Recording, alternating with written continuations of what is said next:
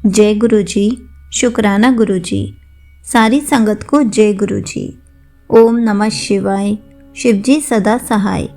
ओम नमः शिवाय, गुरु जी सदा सहाय। शिव पुराण श्री रुद्र संहिता पंचम खंड का 34वां अध्याय, शंखचूड़ की युद्ध यात्रा।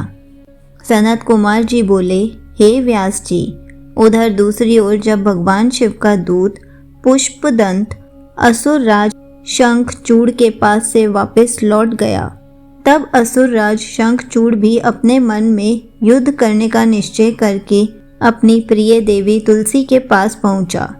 वहां उसने तुलसी को बताया कि हे देवी, अब मुझे कल सुबह युद्ध के लिए प्रस्थान करना होगा। यह सुनकर देवी तुलसी रोने लगी। शंखचूड़ ने उसे ढांढस बंधाया और कहा कि वीरों की पत्नियां रोकर नहीं बल्कि हंसकर उन्हें विदा करती हैं। यह सुनकर तुलसी ने अपनी आंखों के आंसू पोंछ लिए। प्रातःकाल जागकर असुर राज शंखचूड़ ने अपने राज दरबार का उत्तरदायित्व अपने पुत्र को सौंप दिया तथा देवी तुलसी से पुत्र की सहायता करने के लिए कहा। फिर दैत्यराज शंखचूड़ ने अपनी विशाल दैत्य सेना का युद्ध के लिए आह्वान किया।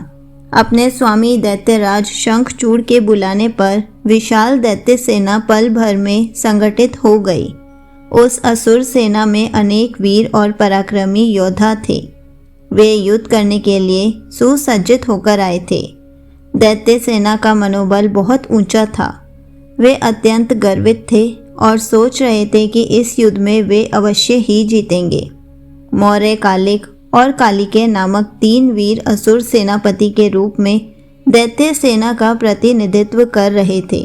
उस विशाल 3 लाख अक्षौहिणी सेना को देखकर बड़े बड़े वीर पल भर में भयभीत हो जाते थे।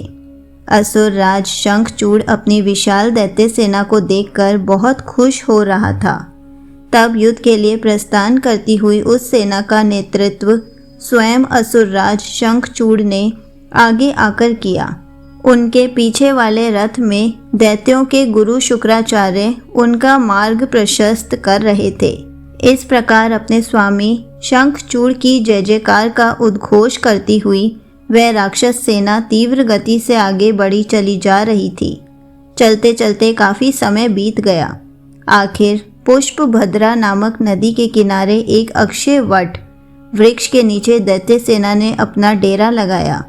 वहीं से कुछ दूरी पर देव सेना ने भी अपना डेरा डाला हुआ था।